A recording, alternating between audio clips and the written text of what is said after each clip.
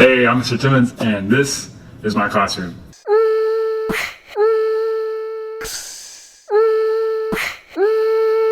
This week in my 6th grade Lego Robotics class, we are working with our first simple machine, and really, to be honest, it's one of my favorites. We're working with wheels and axles. One of the reasons that we start with these is because students are very familiar with wheels. They see them as they're riding their cars, looking at the cars driving by. They have experienced wheels, whether they're riding a bicycle or riding on a skateboard or whatever wheel vehicle they may have encountered. And so they're very familiar. They don't always know about what an axle is. Now the axle is very simple. The axle is the piece that connects the wheel to whatever it is that you're trying to move. So let's say you're moving big heavy furniture, you got a wheel on your cart, right, that you're trying to move, your hand truck, and through that wheel there is either a rod or a piece of metal that is going through and connecting it with the hand truck that allows it to roll and move. And so students, we learn about that within the class, and the primary way we do that is by doing what we call a direct build. We work with the Legos, and I show them the pieces that they need, and we hand those out in class. One way that makes it very easy to get the pieces out to the students is I have volunteers, and students love getting up out of their seats, and so I say, who would like to hand out these? Whether it is a Lego brick or whether it's the wheel, I have tons of kids raising their hand, wanting to get up, and so I just hand them out. It also helps with a little bit of classroom management. You have a kid who's kind of distracted, not paying attention, maybe getting into something they shouldn't be, and so I say, hey, I need you to hand these out. And immediately they're back engaged within the class and getting the pieces around to their classmates. And so the first one we do is we do what's called an independent axle. And the independent axle is very small, and you see it right there. And they put this in their vehicle that we build together, and just pop that in, and then we take our wheels and we plug those on. And what I have them do, and you can kind of see what it is, our first test object. And what I have them do is I have them put the car down, okay, front of the car, kind of. I have them put it down on the table, and then I have them rotate it back and forth and see how easily it turns, okay? And we kind of talk about, okay, why do you think that it turns easily? And they kind of give me suggestions. We end up generally coming up with the idea that was because this axle is independent from this one. And we define that word so they all know what we're talking about.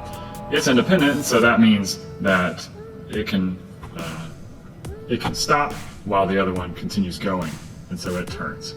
Well, then we want to test this out. And so what we do is we take a axle that will actually go all the way across, same Lego build right here, and it slides all the way across, and then they can put their wheels on it. Pretty easy, like this.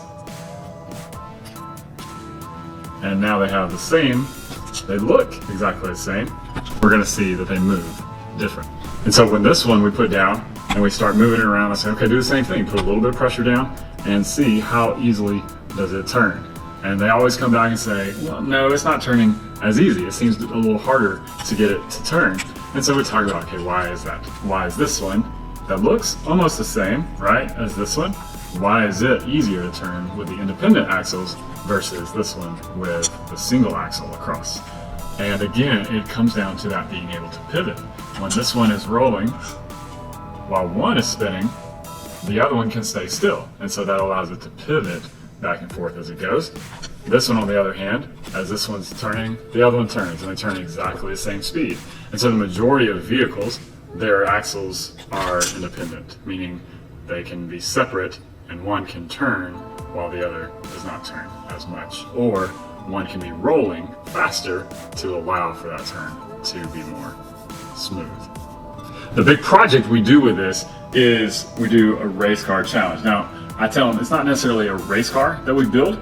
Actually, what you're building is a car or vehicle that will move down another simple machine known as the inclined plane, aka the ramp. And the ramp, the students will just drop their car on there, and it'll slide right down. It'll roll right down using the wheels and axles. And what the goal is for the students to measure from the edge of the ramp all the way to where their car stops. And whoever gets the greatest distance wins the challenge. And so I'll be back on race day, which is coming up just in a couple days, but it's going to be really cool. So stay tuned for race day. Welcome to race day.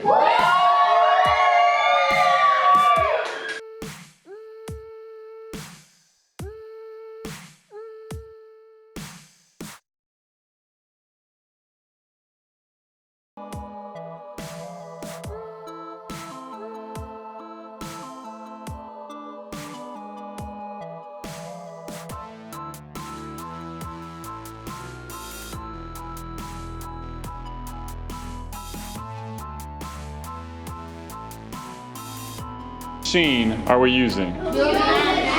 Wheels and axles. Now, how did we propel our cars? An inclined plane. Very good. All right. So we're using simple machines just like we see in everyday life, right?